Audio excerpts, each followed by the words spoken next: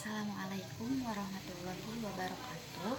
Kembali lagi dengan saya Nima Febriana. Saya dari kelas 11 Keperawatan SMK Kesehatan Eparina Purwakarta. Kembalinya saya di sini, saya akan menjelaskan tentang HIV atau AIDS. Apa sih pengertian HIV itu?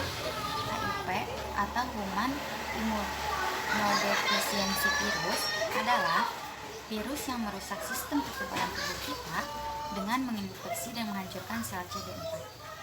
Apa sih sel CD4 itu? Sel CD4 adalah bagian dari sel darah putih yang melawan infeksi. Jadi, kalau si CD4 ini semakin banyak, maka kekebalan tubuh kita akan semakin melemah sehingga rentan diserang berbagai penyakit. Gejalanya apa aja? Gejala HIV dalam beberapa tahap.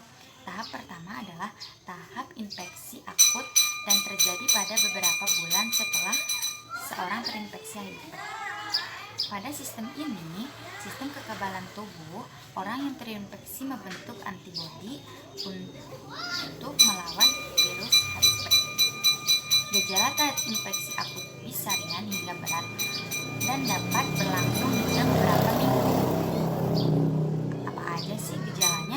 Gejalanya yaitu ada 8. Yang pertama, demam hingga menggigil.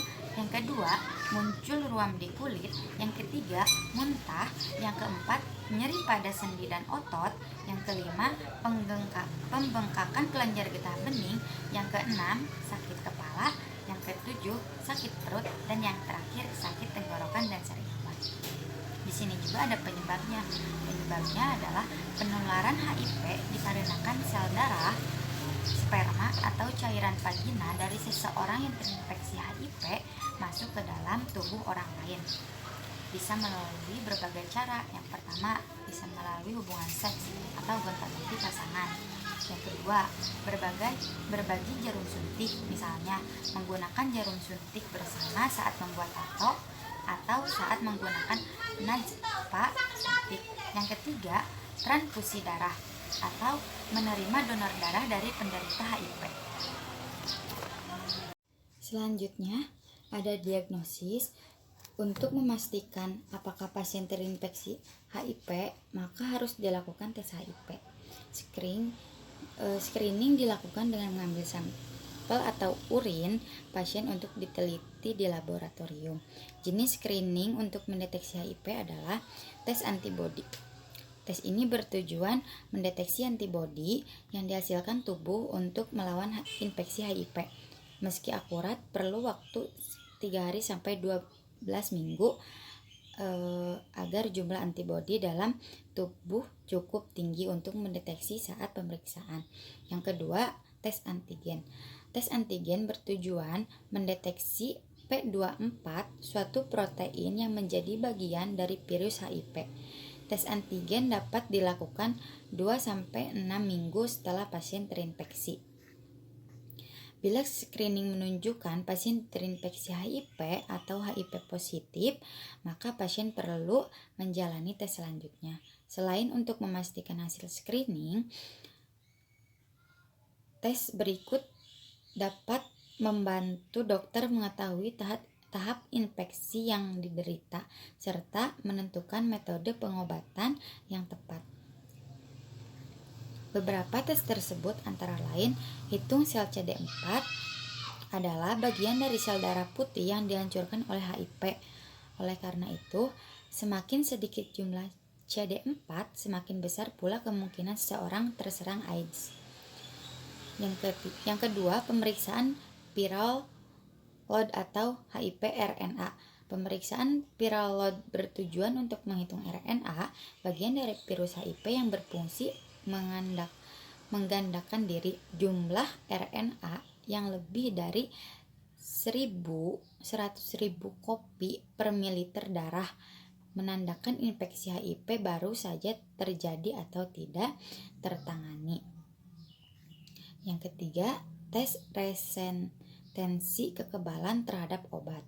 Beberapa subtipe HIV diketahui kebal pada otot HIV. Melalui tes ini, dokter dapat menunjukkan jenis obat anti-HIV yang tepat bagi pasien.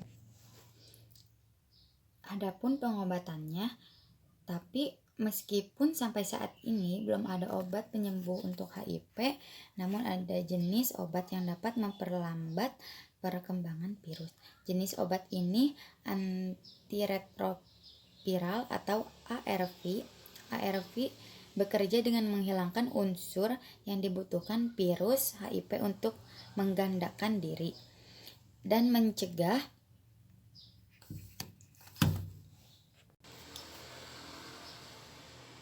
ARV bekerja dengan menghilangkan unsur yang dibutuhkan virus HIV untuk menggandakan diri dan mencegah virus HIV menghancurkan sel CD4.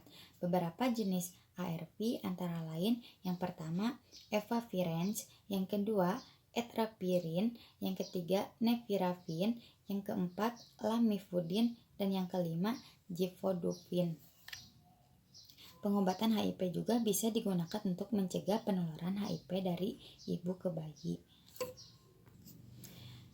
Jangan lupa ada juga di sini ada pencegahan. Sampai saat ini belum ada vaksin yang dapat mencegah infeksi HIV.